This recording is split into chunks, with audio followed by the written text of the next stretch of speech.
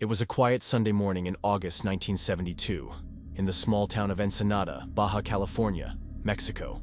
The sun was just beginning to rise, casting a warm glow over the streets. Inside a modest home, a man named Joel LeBARON sat in his car, parked in the driveway, waiting for his young son to finish his chores. Unbeknownst to him, his brother, Ervil LeBARON, had orchestrated a plan that would shatter their family forever. Suddenly, a figure emerged from the shadows, a man named Daniel Jordan, a follower of Ervil's radical beliefs. Without warning, Jordan approached Joel's car and fired a single shot to his head, killing him instantly. The young boy, asleep in the back seat, awoke to the horror of his father's lifeless body. The murder was swift, brutal, and calculated, a tragic culmination of a bitter family feud. Joel's death was just the beginning of a series of violent events that would unfold over the next decade. Ervil, once a member of the Church of the Firstborn of the Fullness of Times, had split from the group and formed his own sect, the Church of the Lamb of God. He preached a doctrine of blood atonement, a belief that certain sins could only be forgiven through death.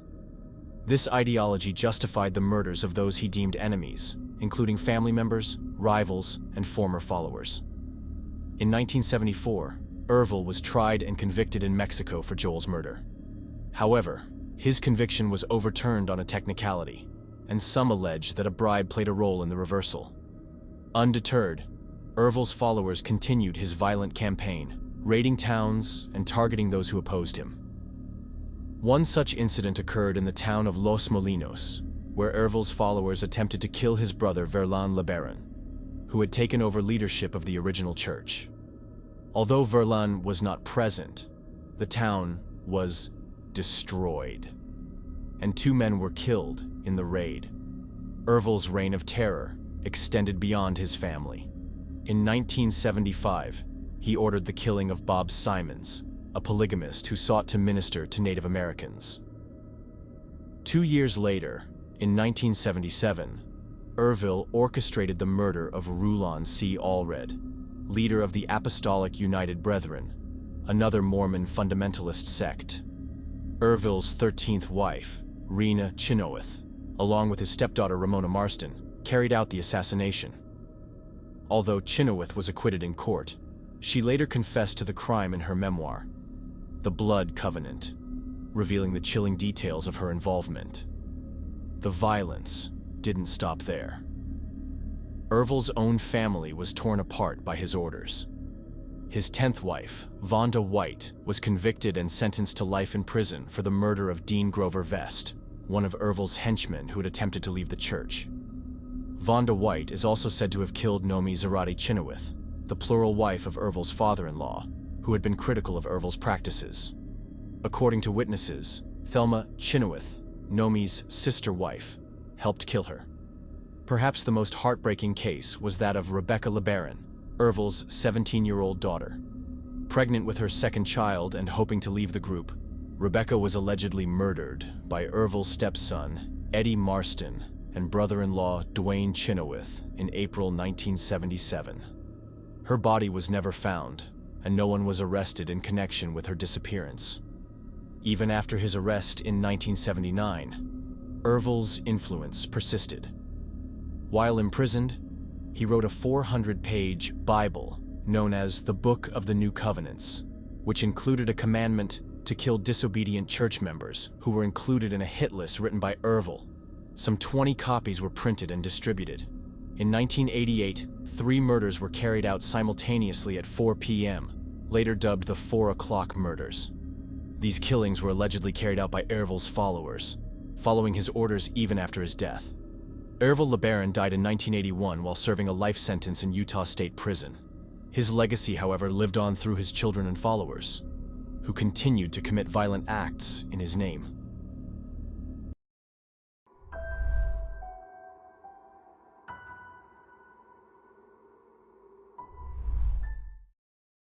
In the early 1960s, the small village of Yerba Buena in Tamaulipas, Mexico, was about to become the epicenter of a chilling tale that blurred the lines between faith and fanaticism.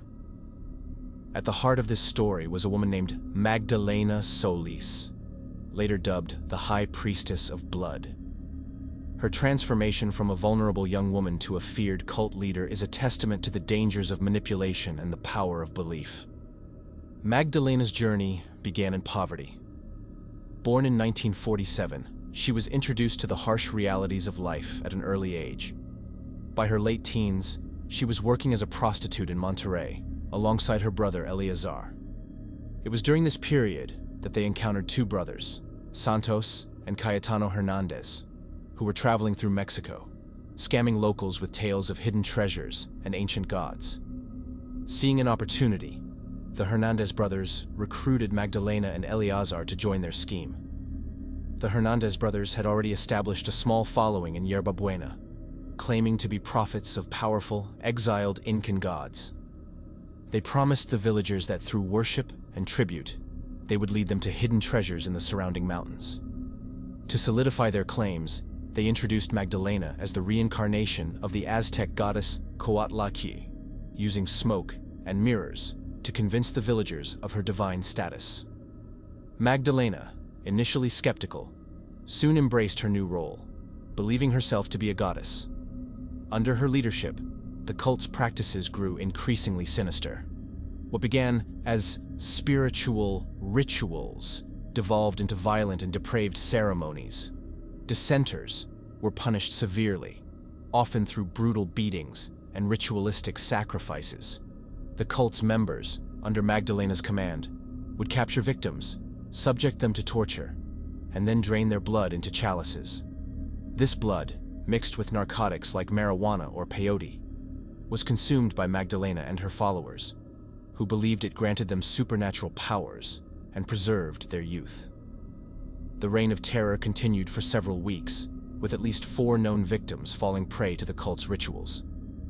However, the cult's activities did not go unnoticed. A 14-year-old boy named Sebastian Guerrero became aware of the cult's activities, and after witnessing a murder, fled to the nearby town of Villagran to report the crime. Initially dismissed as a fabrication, his claims were taken seriously when another investigator, Luis Martinez, went missing after attempting to corroborate the boy's story. The disappearance of Martinez prompted a full-scale investigation. On May 31, 1963, a joint operation between local police and the military descended upon Yerba Buena. Magdalena and Eleazar Solís were arrested at a farm, found under the influence of narcotics. Santos Hernandez was killed during the raid, while Cayetano had been killed earlier by a cult member, Jesus Rubio, who claimed to have done so for self-preservation. In the aftermath, the dismembered bodies of Sebastián Guerrero and Luis Martinez were discovered near the farm. Additionally, 6 other mutilated corpses were found in nearby caves, believed to be victims of the cult's rituals. Magdalena and Eleazar Solís were convicted for the murders of Guerrero and Martinez, each sentenced to 50 years in prison. Other cult members received 30-year sentences, though many refused to testify against their leaders.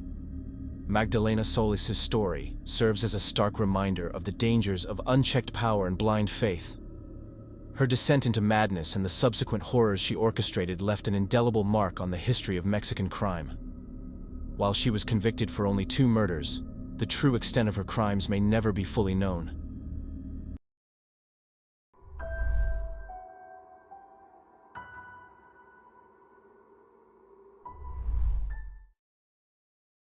It was a quiet Sunday morning in February 1993 when the Bureau of Alcohol, Tobacco, and Firearms, ATF, descended upon the Mount Carmel Center near Waco, Texas. The compound, home to the Branch Davidian sect led by David Koresh, was suspected of stockpiling illegal weapons. The ATF planned to execute a surprise raid to serve search and arrest warrants. However, the operation quickly turned into a deadly confrontation. As agents approached the compound, a fierce gunfight erupted between the ATF and the Branch Davidians. 4 federal agents and 6 Davidians lost their lives in the initial clash. The incident marked the beginning of a 51-day standoff that would captivate the nation.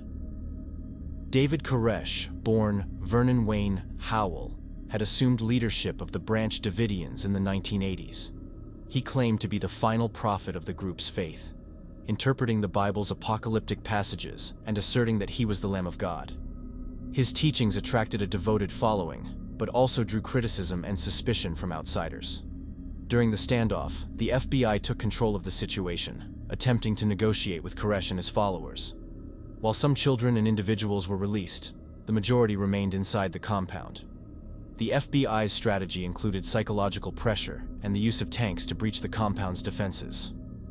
On April 19, 1993, the situation reached its tragic conclusion. The FBI launched a final assault, employing tear gas in an effort to force the occupants to surrender. Shortly thereafter, fires broke out within the compound. The exact cause of the fires remains a subject of debate, with some suggesting that they were set intentionally by the occupants, while others believe they resulted from the FBI's actions. As the flames engulfed the compound, 76 individuals, including David Koresh and 21 children, perished. The tragedy sparked widespread controversy and debate over the government's handling of the situation and raised questions about the use of force in dealing with religious groups.